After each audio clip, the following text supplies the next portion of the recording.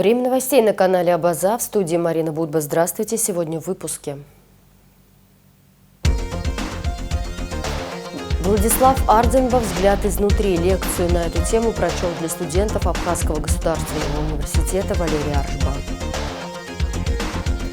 С участием первых лиц страны финальное мероприятие новогодняя акция «Ашана-2025» прошло на культурно-деловой платформе ГУМА.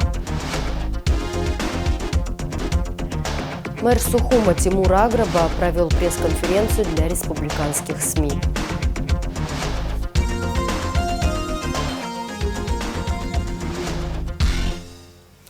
Специальное заседание Общественной палаты, приуроченное к 80-летию со дня рождения Владислава Григорьевича Ардзенба, прошло в зале заседания Госкомитета по репатриации. В неформальной обстановке участники встречи делились личными воспоминаниями о первом президенте Абхазии как о государственном деятеле, ученом, полководце и человеке.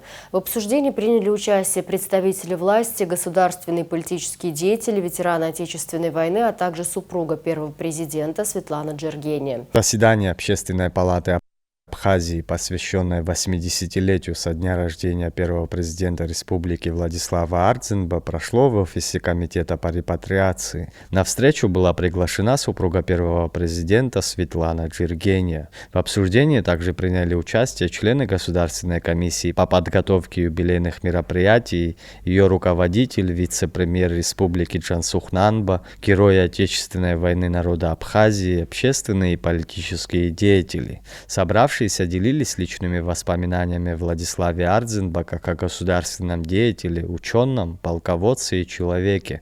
Говорили о военных годах, политической и научной деятельности, а также о личных встречах и совместной работе. Как отметила секретарь Общественной палаты Гули Кичба, встреча была задумана в неформальном формате, как теплый, почти семейный вечер памяти. С чего начнем? Светлана Родионовна она спросила, как будет. Я сказала, это будет абсолютно непринужденная такая семейная обстановка. Мы даже сценарий не писали, потому что столько много сказано о Владиславе Григорьевиче, но на самом деле, вот недавно Руслан Канович говорил, но еще столько невысказанного, и столько можно об этом написать, и даже и ученым, естественно, на его трудах еще защищаться, и дальше еще писать его биографию. И особенно для молодых, какой он запомнился, или как они его представляют. Вот эти вещи, конечно, хочется сегодня услышать.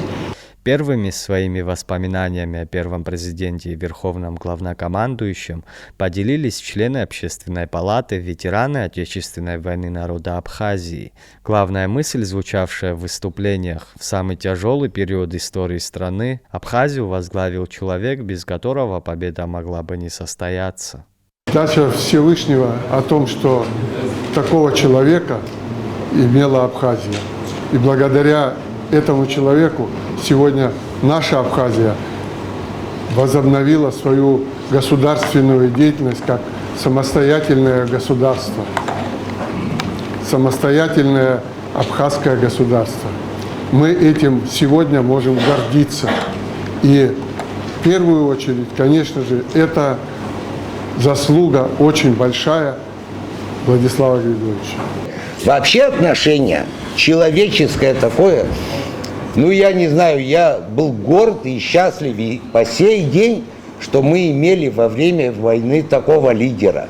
Я даже не представляю, как бы мы вышли с этой ситуации.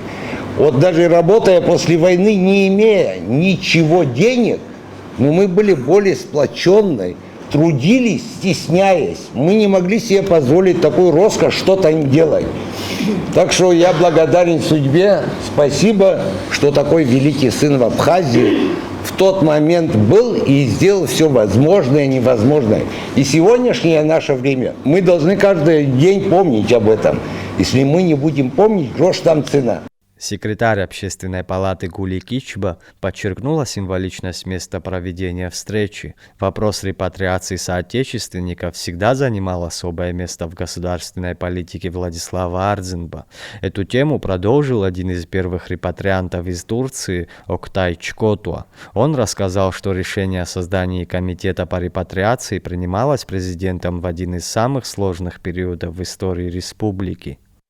قاقرا نحقا مشتاق حد يلقى تشفيد يلقى تشفيد أو أبصرة قطوب ينرخطوب أخوص الناس دياسبورا أنت وارا قرا نس يفدروا وارنا بينن أجت صون داوان ورلا شارلو بري حجم يزيت وزاي وازقي أنا بس في طريقة وارلي على زوم مريا نتكرم شتخو ويا مشتاق شام عم تساس درزم بس وسك ساكشنا تركتول السيد مارتمزا هذه трагедия до ахахга март евих парза абрека мидета пице шесхуц وي خي تزر جالون يرى هذه حرا يحفظ يقول انا رشار جالون ويزم ترى يا بيته حقي سجومخ اقوانا قد شزز يرو شخو بشي فزدودزا اي باش تحت قلو بشاره راح على قلو وبري خي شيرخو وبري اوس شير وشخو بشي هذه نسزرزن يحمحو حز شز دحزايتي هاي حز شز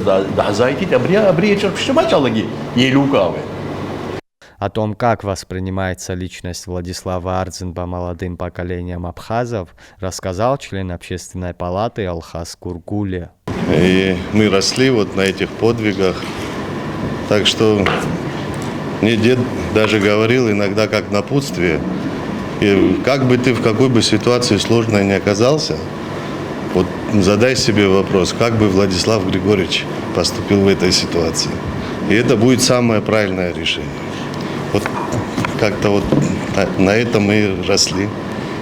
Своими воспоминаниями о первой встрече с Владиславом Ардзинба поделился член Общественной палаты Абисалом Кварджиа. Она состоялась в 1989 году на первом съезде народных депутатов. По его словам, уже тогда Ардзинба пользовался высоким авторитетом среди представителей малых народов Советского Союза, и на него возлагали большие надежды. Представители всех народностей СССР, тогда представители Башкортостана, значит, Татарстана, Северного Кавказа, и мы приехали туда. Вот там, я помню, Кугульдинов был, по-моему, Гамзатов был, вот такие все знаковые личности, и мы как бы встречу организовали. Вы знаете, вот я видел представители всех этих народов, с какой надеждой смотрели на Владислава Григорьевича. Они в нем видели силу, в нем видели надежду, и какая-то вот все почему-то вот это было, чувствовалось, очень надеялись на него. Конечно, он там лидером был, все его слушались, мы просто ухаживали. О полководческом таланте верховного главнокомандующего и его постоянном стремлении сохранить жизнь личного состава рассказал герой Абхазии Аслан Кобахия. Вот аналитики российские были, которые анализировали, какие у нас возможности, что взять в сухом, сколько, как говорится, нам надо вооружения, личного состава, сколько человек погибнет, сколько останется и тому подобное. Соотношение должно быть. Да. Там они огромное количество вооружений. Харихамовым еще 10 раз надо было набрать. Личного состава только надо было около 25 тысяч, из них 12 тысяч погибают. Это было уже выше его сил, он выгнал их, сказал, заплатите им, чтобы я больше их не видел. Один из этих полковников, он оказался таким наглецом, ему в лицо сказал, вы никогда не выиграете войну. Он говорит, почему? Да потому что, говорит, в российской армии, говорит, солдат это боец. А в абхазской армии солдат это личность. Вот это правду сказал. Говорит, иди отсюда, чтобы больше я тебя не видел, выиграл его. Широкий жизненный путь Владислава Ардзинба, от молодого ученого, приехавшего из Москвы возглавить Институт языка, литературы и истории, до государственного лидера. В своем выступлении охватил государственный и политический деятель, бывший министр иностранных дел Абхазии Сергей Шамба. В 2008 году, когда признание было, и мы с площади, тогда площади Ленина, с отцом Виссарионом решили прийти к Владиславу. Мы подошли к дому, а там полно народу стоит перед домом уже. Пришли люди, надеются, что на балкон, может быть, его как-то выведут. Но это уже невозможно было сделать. И мы зашли и сели у кровати его. В ясном уме, улыбаясь, видно было, что он радуется тому, что увидел результат своего такого невероятного труда. Человек увидел, что он сделал самое невероятное, самое сложное, что есть на свете. Ну, для политика, я думаю, что важнее этого ничего быть не может. Увидеть такой результат. Создать независимое государство. Что тут можно еще сказать? Член Общественной палаты Сократ Джинджоли отметил, что в переломный момент своей истории абхазский народ призвал на служение выдающуюся личность, которая полностью посвятила себя делу становления абхазской государственности. По его словам, имя Владислава Ардзинба навсегда останется в памяти народа. История помнит немало случаев, когда в критические моменты народ призывал к себе на службу известную личность, на которую возлагали большие надежды. Абхазия не стала исключением. Здесь уже говорилось об этом. Я просто хочу подчеркнуть еще раз, что на переломном этапе в самое сложное время Владислав Григорьевич Ардзинба был призван на службу в Абхазию. Труднейшее время. Я не хочу сказать, что в Абхазии не было личности, но равной ему, как они сами признавали, не было. Он взял на себя эту ответственность. Он взял, потому что понимал, что другого пути нет. Тут кто-то сказал, что вот наше поколение, не наше поколение, а будущее поколение намного вперед не забудут это имя Владислава Григорьевича. Встреча продолжалась около 3 часов. Собравшиеся вспоминали Владислава Ардзинба как ученого, политика и полководца. Делились как шутливыми, так и трагическими эпизодами из личной и исторической памяти. Со словами благодарности к участникам и организаторам вечера обратилась супруга первого президента Светлана Джиргения. Вы меня все потрясли, я вам беспредельно благодарна за сегодняшний вечер. И клянусь, у меня такое ощущение, что я сейчас могу даже взлететь от счастья. Всем спасибо за то, что приняли в этом участие, поделились своими воспоминаниями. На самом деле вся беда наших вообще последующих поколений, что на каком-то этапе все это как-то забывается и становится ненужным. А молодежь и будущие поколения должны помнить, какими трудами была достигнута наша свобода и независимость. Это дорогого стоит, и воспитание подрастающего поколения именно в этом русле просто обязательно. В завершение встречи Светлане Джиргения вручили памятные подарки от имени Общественной палаты. Музыкальным аккордом вечера стало выступление народной артистки Абхазии Виолетты Маан, которая исполнила песню, посвященную народному лидеру.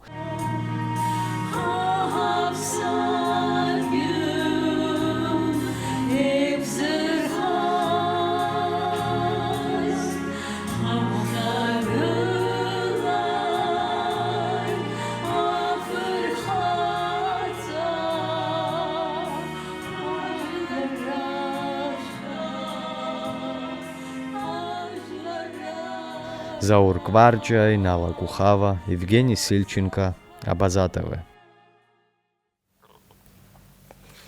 Лекцию на тему «Владислав Ардзинба. Взгляд изнутри» прочел для студентов Абхазского государственного университета Валерий Аршба, государственный политический деятель Абхазии, который более 10 лет проработал с первым президентом Абхазии Владиславом Ардзинба. Подробнее в репортаже Алисы Адлиба. Валерий Аршба – это человек, который более 10 лет проработал с первым президентом Абхазии Владиславом Ардзинба. С 1995 года по 2005 год Валерий Аршба занимал пост вице-президента Республики Абхазия. Затем был назначен руководителем администрации президента. С 2011 года по настоящее время Валерий Аршба – президент Национального олимпийского комитета Абхазии. На лекции Валерий Шалвович подчеркнул, что нужно просвещать молодое поколение, поэтому он рассказал о фактах, ныне неизвестных студентам. Время, к сожалению, неумолимо отделяет нас от эпохи Владислава Арзенба. Но у нас память о нем уже даже не только на историческом, я уверен, на генетическом уровне. Уверен, что такие молодые люди очень долго, потом после вас будет звучать голос. Наш Владислав, я даже в этом не сомневаюсь. Если вернуться к появлению Арзенба в Абхазии, надо отметить, что в 90-е годы 20 века жил в городе Москва, работал в Институте востоковедения, прекрасно, занимался любимой своей научной работой. Жизнь человека, можно сказать, обустроена прекрасно. Но когда уже в процессе нашей совместной работы, после того, как в 1995 году я был избран вице-президентом, он мне говорил иногда, что он начал вынашивать, когда увидел, что Советский Союз разваливается, он говорит, я начал вынашивать, попробовать, может, вернуться в мою родину Апсне и как-то свои какие-то силы, свои знания вложить в то, чтобы рядом быть со своим народом. И как раз так случилось, что в это время с ним встречается, это 100%, там по-разному говорят, с ним встречается первый секретарь Абхазского обкома, тогда еще обком партии был, Борис Викторович Адлиба, и предлагает ему возглавить Абхазский институт языка, литературы и истории, АБНИ. И понимаете, а наша интеллигенция научная, конечно, Владислава Григорьевича знали очень хорошо, и они, конечно, приложили только много усилий, там встречались с ним. В 1988 году Владислав Григорьевич Арзенба, спустя 22 года, вот посмотрите, потом к этому придем, 22 года он прожил в Москве, и в 1988 году был назначен директором Абхазского института, тогда АБНИ назывался, после смерти Георгия Алексеевича Дидзария, нашего академика, он был назначен директором. Ну, 88 год, я сказал, да? Владислав Григорьевич умирает в 2010 году. Ровно, понимаете, в Москве 22 года и в Абхазии 22 года. Аршба рассказал, что Владислав Арзенба появился в жизни абхазского народа в один из самых сложных периодов истории страны. Он стал духовным лидером. Борьба за права и свободу Абхазии была делом всей его жизни. И вот я никогда об этом не говорил, и никто вообще не говорил. Вот сегодня хочу вам, первые люди, которым я говорю, он начал формировать команду, конкретно формировать команду, несмотря на все трудности. И вот эта команда, можно сказать, небольшая, мобильная команда единомышленников обладала уникальной способностью в зависимости от складывающейся обстановки и стоящих проблем оперативно подключать к решению задач мастеров своего дела, профессионалов, мотивированных только на победу. И они на протяжении первых послевоенных 10 лет с честью доказали свои уникальные навыки и умения, свои лучшие человеческие качества и феноменальные способности.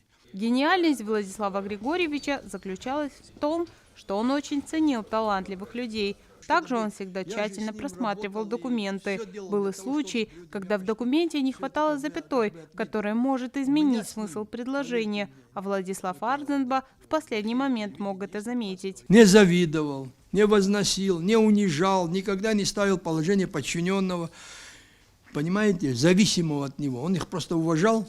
Поэтому главным действующим лицом в его окружении был человек, которого Владислав стремился вывести на уровень специалиста, достигшего благодаря своим способностям пика славы. Я еще раз скажу вам, много раз я сам убеждался, что эмоции Владислава искренние, он по достоинству ценил в людях те или иные положительные качества и способности, и сам от этого, уверяю вас, получал удовольствие от того, что вот он надеется на человека, и человек действительно оправдал.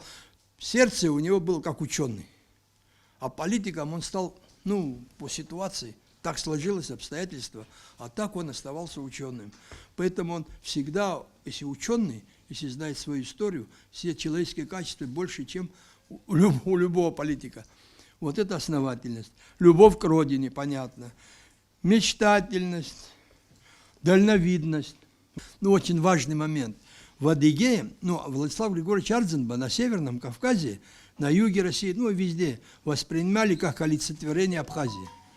Понимаете, и в Майкопе проходил фестиваль «Мир искусству», где присутствовали все первые лица Северного Кавказа и Юга России, губернаторы. Ну, диктор объявляет, они там по красной дорожке идут, на свои места занимают. И в это время объявляет диктор: Ардзенба Владислав Григорьевич, президент Республики Абхазия. Ну, гул! Все стоя приветствовали, не умолкают. А у наши сердца наполнялись гордостью, что мы находимся с этим великим человеком. Валерий Аршба добавил, что хотел бы создать учебник, в котором были бы собраны все интересные и важные факты довоенных и послевоенных лет. По этому труду можно было бы создать цикл лекций для студентов АГУ. Алиса Адлиба, Анзор Маршан, Абаза ТВ. Финальное мероприятие новогодней акции «Ашан АЦЛА-2025» прошло на культурно-деловой платформе ГУМА. Подопечные благотворительных фондов «Ашан» и «Киарас» получили долгожданные подарки, которые вручили президент Абхазии Бадра Гунба и вице-президент Беслан Бегвава, вице-премьер Тараш Хакба, учредитель фонда «Ашана» Беслан Шакая. Президент Бадра Гунба выразил благодарность представителям фондов за их усилия и приверженность делу. Репсо Хавистра, Яхараим, Шестаху Паджас, Шестаху Памхе, Язгуастер Стаху, Айхабача, Асип Шахтуско, Бепызго, Ария, Аны, Ачна, Хазаеву Хитхагунга, Издырута фонд Кераза, Ашана, Имя Перго, Ашап Ситыкдзена, Успевгатко, Аджари Гыло, Иудиотел Глазаща, и Тыгыло Таачара, Арыцфрара. Пользуясь случаем, конечно же, хотел бы поблагодарить наших коллег, уважаемые коллеги, представители фонда «Ашан», «Киарас» за ту деятельность, которую вы осуществляете по поддержке детей, социально малоимущих семей. Конечно же, это яркий пример того, как надо быть полезным для своего общества. Пользуясь случаем, хотел бы поблагодарить вас, ваших коллег, которые ежедневно работают над тем, чтобы сделать жизнь наших детишек ярче и лучше. А детям в преддверии Нового года хотел бы пожелать, конечно же, мира, благополучия, развития. Совершенно верно и справедливо отметили те, кто здесь сегодня выступал, что пожелания детей существенно меняются. И я, конечно же, вспомнил свое детство и детство, скажем, непростое в период Отечественной войны народа Абхазии, когда мы в Новый год загадывали, чтобы наш отец вернулся живым с фронта. Сегодня наши дети живут совершенно в другое время, когда загадывают другие вещи, вещи, которые помогают им развиваться, улучшать себя, становиться крепче на ноги и быть полезным для своего государства. Мирного неба вам над головой. И мы все сделаем, чтобы у наших детишек, у нашей молодежи все было прекрасно. Спасибо вам большое. Чанзила. Добрый день, наши дорогие дети, родители, все присутствующие. Хотел бы ответить от себя лично и сказать большое спасибо всем участникам этому празднику, организаторам. Конечно, вы знаете, когда нам передавали подарки, вернее, желания детишек, они были такими искренними, добрыми и очень простыми. И вот я остановился на Чангуре. Почему? Потому что считаю, что это такой символ наших традиций, наших обычаев, можно сказать, такая душа нашего абхазского народа. И я вот решил подарить вот этой девочке Айба этот подарок. И считаю, что все, кто занимается народным творчеством, это те люди, которые занимаются сохранением нашей культуры, наших традиций, которые делают так, чтобы это все еще жило. Всем тем, кто изготавливает эти инструменты, кто играет на этих инструментах, пожелать, чтобы музыка этих инструментов дарила каждый день мира и добра каждому. А всем нашим жителям, нашим детишкам пожелать исполнения, конечно, всех желаний, чтобы каждый день приносил улыбку. Всех с наступающим!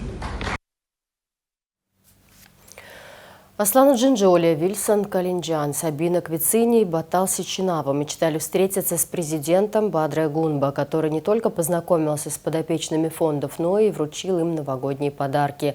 Вице-президент Беслан Бигвава преподнес одному из детей подарок Ачамгур. Бигвава отметил, что этот музыкальный инструмент является символом абхазских традиций и обычаев. Девочка Лизи Бигвава, чей папа тезка вице-президента Беслана Бигвава, также мечтала о встрече с ним, и ее желание было исполнено. Акция завершилась праздничным поездом, полным Дедов Морозов и Снегурочек, которые вместе с аниматорами подарили детям веселые, запоминающиеся мероприятия. Слово Аристиду Каракасиди. Новогодняя акция «Ашанацва-2025» завершилась прибытием поезда на культурно-деловую площадку ГУМа. Состав сопровождали Деды Морозы со Снегурочками. Сегодня мы подводим итоги акции «Ашанацва». «Ашанацва» — это акция, которая объединила усилия двух фондов и наших друзей из платформы ГУМа. Благодаря этой акции мы уже третий год исполняем желания подопечных двух фондов. Люди забирают журавлики, которые представлены на елке станции ГУМа, и исполняют желания подопечных. В этом году нам удалось исполнить желание 570 детям, подопечным фондов. Мы, организаторы, отметили, что из года в год масштаб желаемого наших подопечных увеличивается. Я благодарю всех организаторов, участников, всех, кто исполнил желания наших подопечных. И очень хочется верить, что из года в год масштабы нашей акции будут увеличиваться, и количество людей, которые будут дарить детям веру в волшебство, в чудо, будет увеличиваться. В атмосфере наступающих праздников была организована яркая и волшебная программа. Сказочные персонажи, в числе которых были любимые герои, пришли поздравить детей и подарить незабываемые моменты радости. Этот день сегодня для меня очень прекрасный и хороший. Мне подарили альбомы, карандаши, косметику. Я хочу рисовать, и вот это все я мечтала на Новый год. В разгар праздника с крыши станции посыпался снег, а в небо взмыли фейерверки, создав настоящее чудо для всех присутствующих. Всех с наступающим Новым годом! Сегодня устроили нам такой волшебный праздник. Мы приехали с города Пицунды, село Алахадзы. Все вместе, у нас очень много, мы очень счастливы, что у нас такой праздник. Не только у нас в Абхазии, по всему миру, чтобы везде был мир, чтобы все были счастливы и здоровы. В этот день детские улыбки стали главным украшением праздника и лучшим доказательством того, что чудеса рядом. Аристид Каракасиди, Евгений Сильченко, Абаза ТВ. О внешней политике. Подведение итогов деятельности внешнеполитического ведомства за 2025 год посвящалось совещанию под председательством министра иностранных дел Олега Барциц в Министерстве иностранных дел Республики Абхазия. В совещании приняли участие заместители министра Одиссей Бигвава и Ираклий Тужба, начальники департаментов МИД. Олег Барциц отметил, что 2025 год был насыщенным и активным в дипломатическом плане. МИД последовательно реализовал внешнеполитические приоритеты и эффективно отстаивал интересы страны. В ходе совещания были рассмотрены основные результаты работы министерства за отчетный период, проанализированы достигнутые показатели, а также обсуждены ключевые направления внешнеполитической деятельности. Особое внимание было уделено вопросам развития международного сотрудничества, укрепления двусторонних связей и продвижения национальных интересов Республики Абхазия на международной арене. По итогам совещания были обозначены приоритетные задачи и намечены планы работы для каждого департамента на 2026 год. Женевские переговоры – это единственный формат, который позволяет Абхазии твердо заявить о своей позиции, сказал в интервью радио «Спутник» министр иностранных дел республики Олег Барциц. Он не поддержал мнение о том, что дискуссии в Женеве не дают результаты, участие в них неэффективно. Конечно, теоретически Абхазия может выйти из такого формата, что мы получим в качестве результата. Мы получим только одно – наши проблемы и перспективы будут обсуждать, но только без нас, подчеркнул глава ведомства. Делегация Абхазии на последнем 65-м раунде переговоров по безопасности и стабильности в Закавказье вновь заявила о своей позиции, добавил Барциц. Настойчиво потребовали от сопредседателей начать осуществлять свою модераторскую функцию, заявил министр. Барциц также заметил, что нельзя достичь прогресса на прежних позициях, поскольку грузинская сторона сама стала заложником непродуманных решений, в том числе закона об оккупированных территориях, потому она не может опираться на сложившиеся реалии в регионе.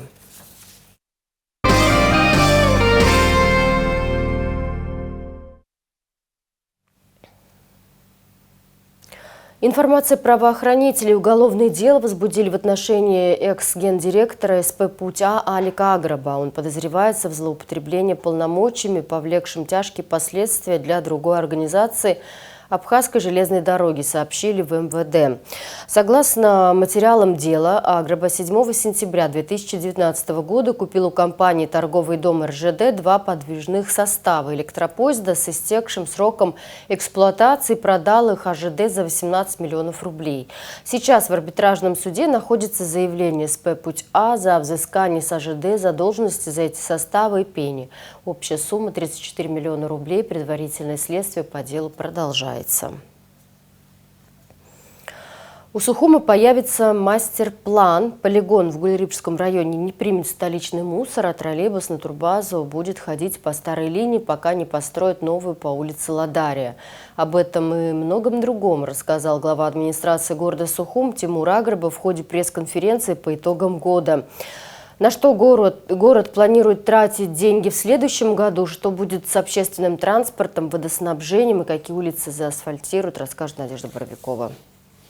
Пресс-конференция главы администрации города Сухум Тимура Аграба по итогам года началась с вопроса о бюджете города на 2026 год. Главный финансовый документ уже сформирован. 24 декабря его рассмотрят депутаты городского собрания. У нас бюджет составляет 2 миллиарда 257 миллионов рублей. В сравнении с бюджетом 2025 года это увеличение на 174 миллиона рублей, из которых 130 миллионов рублей мы направили на увеличение заработных плат социальным нашим работникам. Это учителя, работники здравоохранения, культуры и спорта. Также у нас идет увеличение в благоустройстве города, то есть по нашим строительным работам. Основные параметры бюджета, в принципе, остаются приблизительно теми же, что и в 2025 году. Бюджет социально ориентированный, более 1 миллиард 100 миллионов рублей – это у нас заработные платы, и все остальное – это содержание нашего городского хозяйства, таких всех наших предприятий и организаций. В 2026 году мы также планируем продолжить благоустройство нашего города. Много работы намечено, да, это благоустройство наших тротуарных зон. Эту работу мы планируем не прекращать вовсе, то есть цель стоит такая, что вот работа по благоустройству города, наших парков, скверов, тротуарных зон, она не будет останавливаться. Мы начали с центральной части города и будем продолжать и в других, значит, микрорайонах. Также планируем продолжить работу по ремонту наших фасадов наших домов.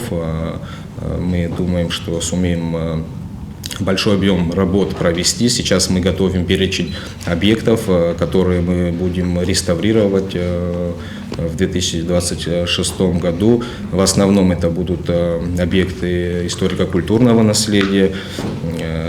Их, конечно, огромное количество у нас в городе, но в этом году мы планируем еще минимум 10-12 фасадов, исходя из возможностей администрации, которые мы запланировали.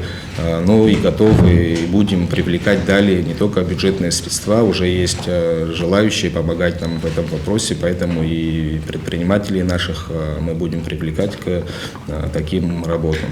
Тимур Аграба рассказал о средней стоимости работ по восстановлению фасадов исторических зданий и опыте финансирования этих работ с участием заинтересованных предпринимателей. Сказать, буквально за 1,5 месяца до Нового года начали реставрацию 2 фасадов. Это по улице Арценба на пересечении с улицей Воронова и с улицей Генерала Дбара. В основном ориентировочная стоимость такого фасада обходится до 5 миллионов рублей. Но в данном случае предприниматели, которые работают на этих объектах. Один из них — это поставщик строительных материалов, он оказал такую большую помощь, и один из фасадов там чуть более 3 миллионов рублей нам обходится, так как большую часть стройматериалов он подарил сам от себя городу. А по второму фасаду картина приблизительно такая же. Это тоже строительная компания, которая занимается строительством жилых домов в городе Сухум. Они тоже часть работ на себя взяли, поэтому вот, можно сказать, нам эти дома обходятся вдвое дешевле, чем на самом деле они стоят там по сметной стоимости. Полную версию репортажа с пресс-конференции Тимура Аграба смотрите после выпуска новостей. Национальный банк Республики Абхазия выпустил в обращение золотую инвестиционную монету Диаскуриада. Монета изготовлена из золота 999 пробы и издана тиражом 500 штук. Художник Батал Джапоа. На аверсе монеты в верхней центральной части на зеркальном поле расположены рельефные изображения государственного герба Республики Абхазия, под ним надпись на абхазском языке «Апснеабанк». Над гербом полукругом указан номинал монеты 25 псар. В правой части обозначение Московского монетного двора. В нижней части монеты рельефные надписи мелким шрифтом «Апснеабанк» в 5 строк и год чеканки 2025 вдавленным шрифтом. На реверсе в центральной части изображена медная монета древней Диаскуриады. Центральным сюжетом изображения является шапки братьев Диаскуров, мифических персонажей, участвовавших в походе аргонавтов за Золотым Руном. Над шапками располагаются 6-лучевые понтийские звезды. Изображение монеты окружено точечным орнаментом. Выставка «Живой город», посвященная ярким моментам участия представителей гражданского общества в выявлении, обсуждении, а порой и в решении важных вопросов развития Сухума, открылась в музее-заповеднике «Сухумская крепость». Марианна Котова расскажет подробнее. Выставка «Живой город» рассказывает о том, как активная гражданская позиция может повлиять на облик города. Задача экспозиции – через лаконичные презентации гражданских инициатив и проектов создать представление об активном и ответственном отношении нашего общества к довольно широкому кругу городских проблем, а также динамичном взаимодействии власти и общества в решении вопросов, волнующих жителей абхазской столицы. Здесь много таких, мне кажется, очень важных инициатив. Некоторые действительно они вот носят такой пилотный характер. Иногда, часто даже, это с использованием каких-то новых технологий, которые очень сложно на уровне города или государства реализовать. Но иногда это бывают очень важные и большие задачи, такие как вот сохранение канарских пальм. Это, я считаю, что полностью была заслуга общественности, к которой подключились потом государственные структуры. Ни одна из этих общественных инициатив не могла бы реализоваться без поддержки государства, без участия государства. Вот. Поэтому нам кажется, что это очень важно всегда находиться в диалоге. Да, иногда сначала это спор, но это диалог, и потом мы должны приходить к консенсусу в пользу наших жителей, в пользу нашего города. Выставка «Живой город» – это первая попытка представить публике многообразие гражданских инициатив, направленных на развитие городской среды. Организаторы поставили себе задачи не только напомнить о передовых начинаниях наших граждан, но и осмыслить роль свежих идей, идущих от общества в обновлении устаревшего и в сохранении ценного в городской среде. Мы вот начинаем с довоенной инициативы Союза творческой молодежи о том, что в столице Абхазии должен быть мемориал, посвященный памяти махаджиров. И это была общественная инициатива, которая через преодоление сопротивления все-таки была реализована. И сейчас у нас набережная носит имя махаджиров, и есть замечательный мемориал.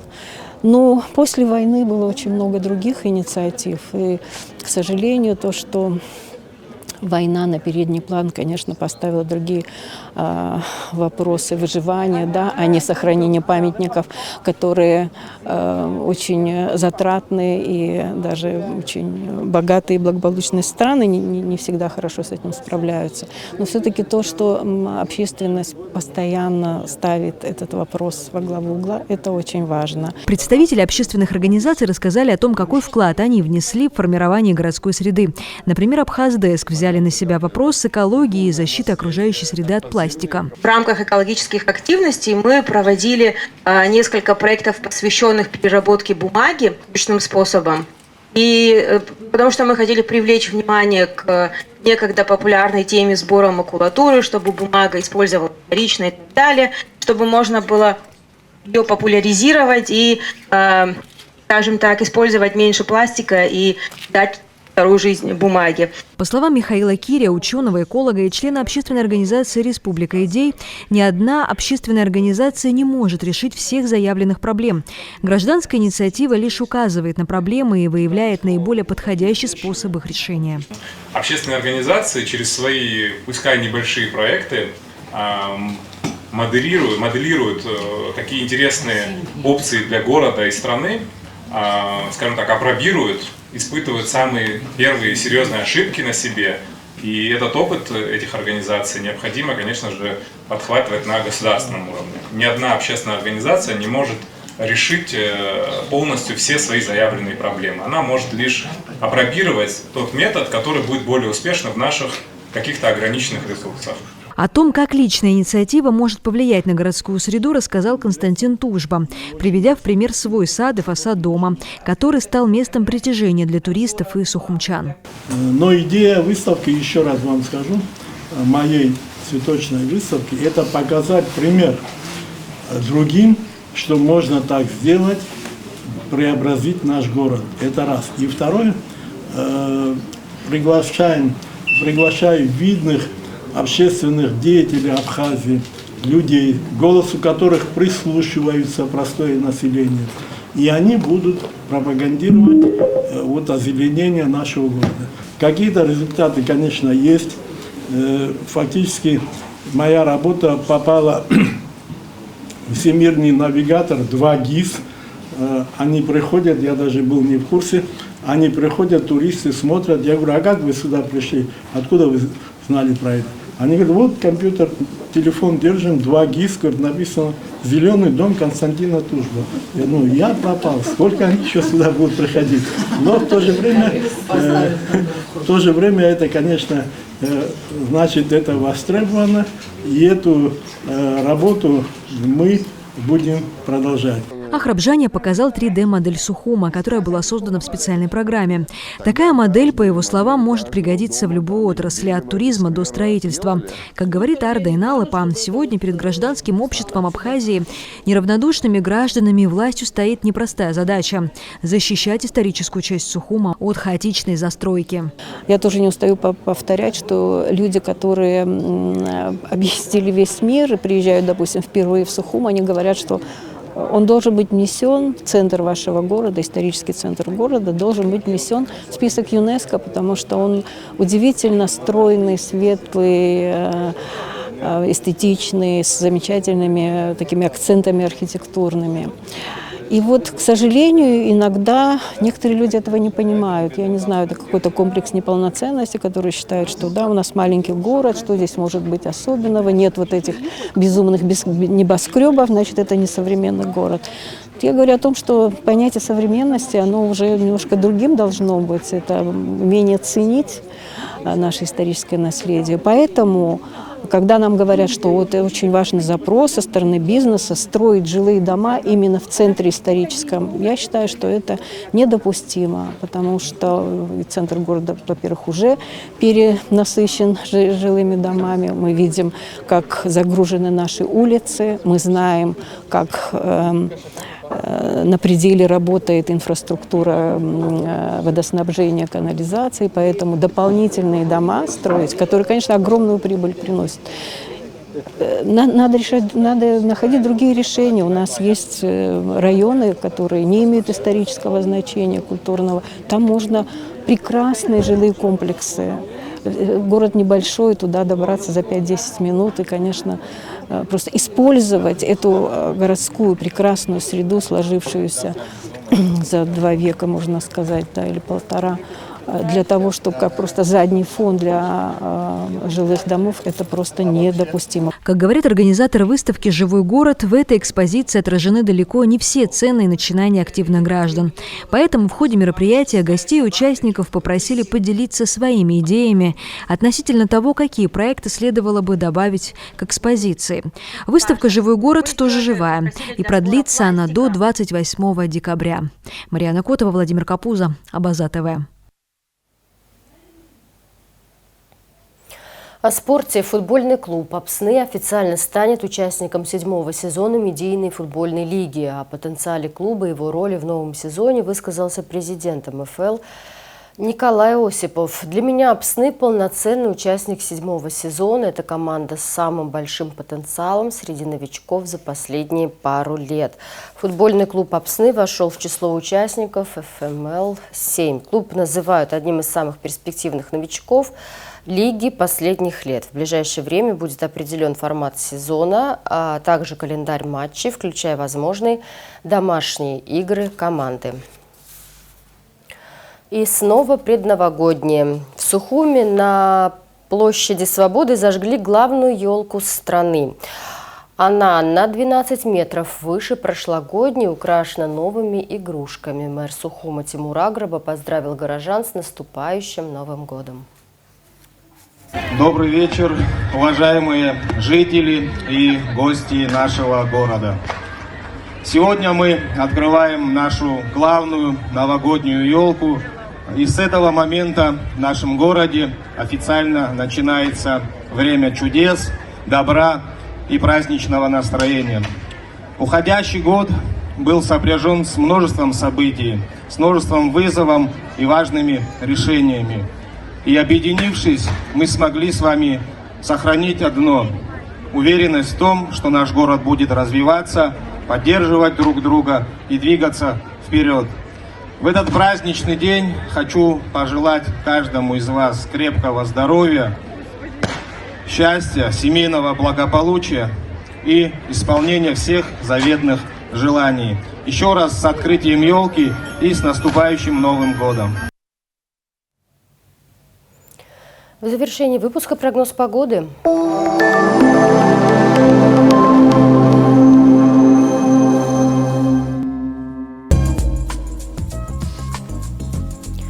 В среду 24 декабря в Абхазии ожидается облачная погода. Временами дождь разной интенсивности и продолжительности. Местами дождь со снегом, в горах снег. Атмосферное давление повышенное, ветер слабо умеренный, температура воздуха ночью плюс 4,9, днем 6,11. Температура морской воды плюс 13, волнение морской воды слабо умеренное. Относительная влажность воздуха 60-90%.